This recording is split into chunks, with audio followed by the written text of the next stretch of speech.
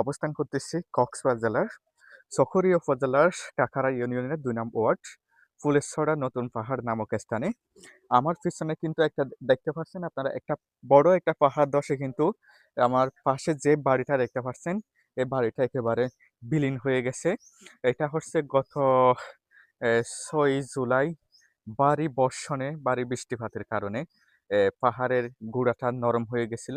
যার কারণে পাহাড় ধসে এই বাসার মধ্যে এসে পড়ে এবং বাসাটার দেয়াল ২ টা একদম ভেঙে পড়ে এবং বাসায় থাকা যারা লোকজন ছিল তারা কিন্তু অল্পের জন্য প্রাণে রক্ষা পেয়েছে। দর্শক একটু দেখাতে চাই যদি আমার ক্যামেরাম্যান যদি একটু দেখাতে চাই। এই রুমটা আসলে আ দেখেন ভিতরে কিন্তু যখন পাহাড় ধসে এই বাসার মধ্যে পড়ছিল, তখন ভিতরে এই পরিবারের যারা সদস্যরা ছিল তারা কিন্তু রুমের মধ্যে ছিল এবং পাহাড় ধস হওয়ার পরপরই তারা এই রুম থেকে তারা তাড়াহুড়া করে বের হয়ে যায়। যার কারণে তারা প্রাণে রক্ষা পেয়েছে। আর যে বাসাটা এখন বিলীন হয়ে গেছে, এই বাসাটা হচ্ছে এখানকার একজন সাধারণ দিনমজুর জসীমউদ্দিন। অটো চালিয়ে কিন্তু অ্যা সে অটো চালিয়ে সংসারটা চালাচ্ছে। পাশাপাশি অ্যা বাসাটা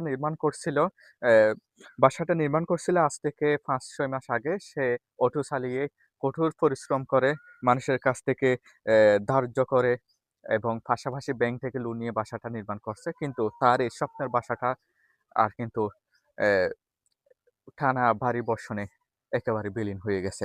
দর্শক আমরা একটু বাসাটার অন্য সাইডটা একটু দেখানোর জন্য চেষ্টা করব। আপনারা আ সাথে থাকবেন। তাদের পরিবারের যিনি সদস্যরা ছিল তাদের সাথেও একটু কথা বলার জন্য চেষ্টা করব।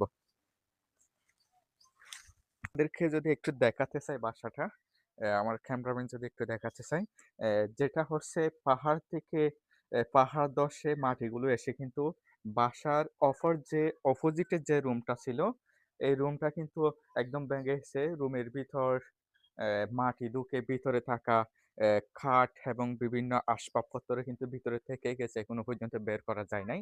যেগুলো হচ্ছে এখন রুমের ভিতর যে আসবাবপত্র যে জিনিসগুলো আছে সেগুলো কিন্তু এখনো মাটির ভিতরে কিন্তু ধসে গেছে। আমরা যদি একটু দেখাতে চাই ভিতরে অ্যা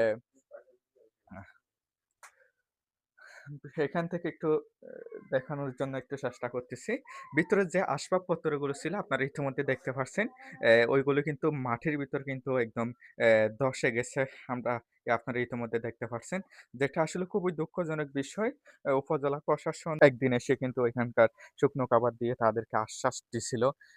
তাদেরকে একটি পুনর্বাসনের ব্যবস্থা করে দিবে বা কোনো আর্থিকগতভাবে কোনো অনুদান দেবে সরকার থেকে।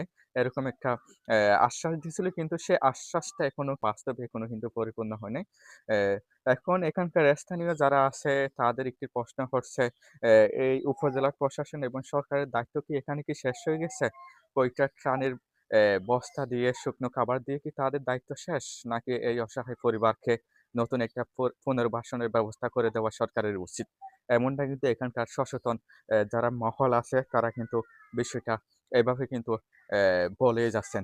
তো সবশেষে এই জসীমউদ্দিনের পরিবার সরকারের কাছে একটু অনুরোধ জানাচ্ছে, তাদেরকে একটা পুনর্বাসনের ব্যবস্থা যাতে করে দেয়। তাদের এই ছোট্ট সংসারটা যাতে আবার সুন্দর রূপে তারা যাতে এ সংসারে ছোট্ট সংসারে যাতে জীবনযাপন করে আসতে পারে।